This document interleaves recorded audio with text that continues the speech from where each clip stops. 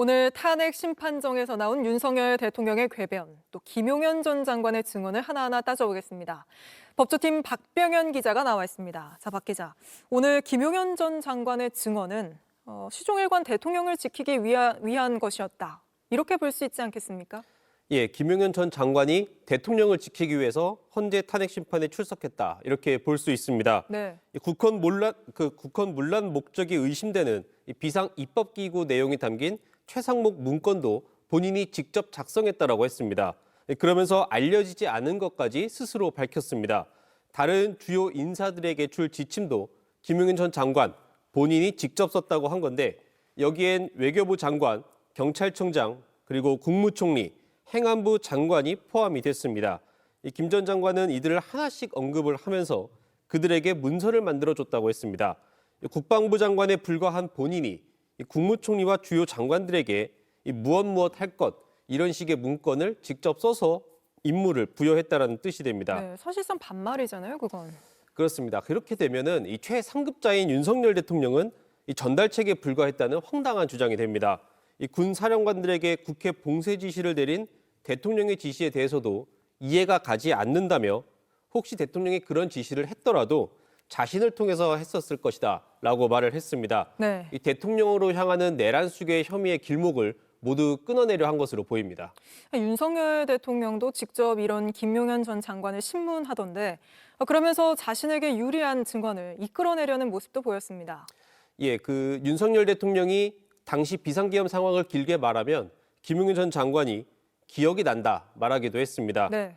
윤 대통령은 12.3 비상계엄 포고령에 대해서 실현 가능성은 없는데 상징성이 있으니까 놔둔 거다. 그리고 또 전공의 내용을 왜 집어넣었냐? 웃었다라고 했습니다.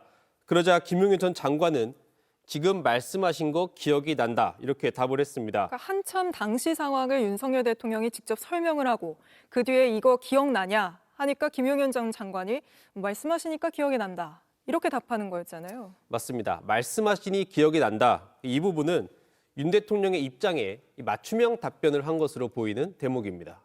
윤석열 대통령 측은 그동안 또 계엄이 야당을 향한 경고성이었다고 주장을 해왔는데 오늘 이 주장을 또 교묘하게 바꿨습니다.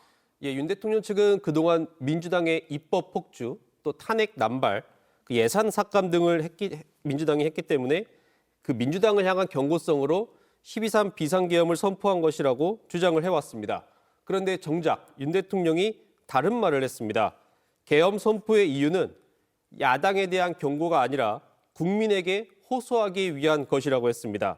야당에겐 아무리 경고해도 소용이 없다라고 했습니다. 네. 이 주권자인 국민에게 호소하기 위해 비상계엄을 선포했다는 건데 헬기를 탄 군인들이 총으로 무장을 하고 국민의 대의기구인 국회로 출동하게 명령을 내린 건 윤 대통령 본인입니다.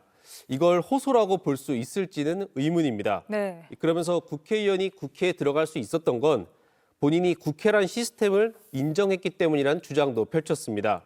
윤 대통령은 국회란 시스템을 인정하는 한도 내에서 비상계엄을 한 것이라며 일부가 못 들어갔다라고 얘기를 하는데 그럴 순 없다 이렇게 주장을 했습니다. 하지만 검찰 특수본 수사 결과에선 윤 대통령이 2번, 3번 계엄을 선포하면 되니 국회의원들을 끌어내라라고 지시를 한 것으로 조사가 됐습니다. 윤석열 대통령이 오늘도 궤변을 많이 했는데 일단 12.3 비상계엄은 실패하지 않았다. 이런 말도 했습니다. 이거 무슨 뜻입니까? 예, 계엄의 실패를 묻는 건 다소 의도가 있다라고 했습니다. 일단 윤 대통령은 실패한 계엄이 아니라고 했습니다. 국회가 계엄 해제 요구를 신속하게 한 것이 있기 때문에 그렇게 해서 끝난 것이지 계엄의 실패 원인이 뭐냐고 묻는 건 어떤 의도를 가진 거라고 했습니다. 윤 대통령은 군인이 안 따를 것을 전제로 해서 이 비상계엄을 했다라고도 했습니다. 네, 그러니까 반민주적이고 부당한 행위를 지시한다고 따르지 않을 거라는 걸 내가 알고 있었다. 이런 이야기도 하던데 그렇다면 자신의 지시가 반민주적이고 부당하다는 걸 인정하는 겁니까? 그렇게 볼 수도 있을 것 같습니다. 만약에 군인들이 정말 지시를 잘 따라서 계엄이 성공했다면 과연 윤 대통령이 어떤 조치를 취했을지 궁금해집니다.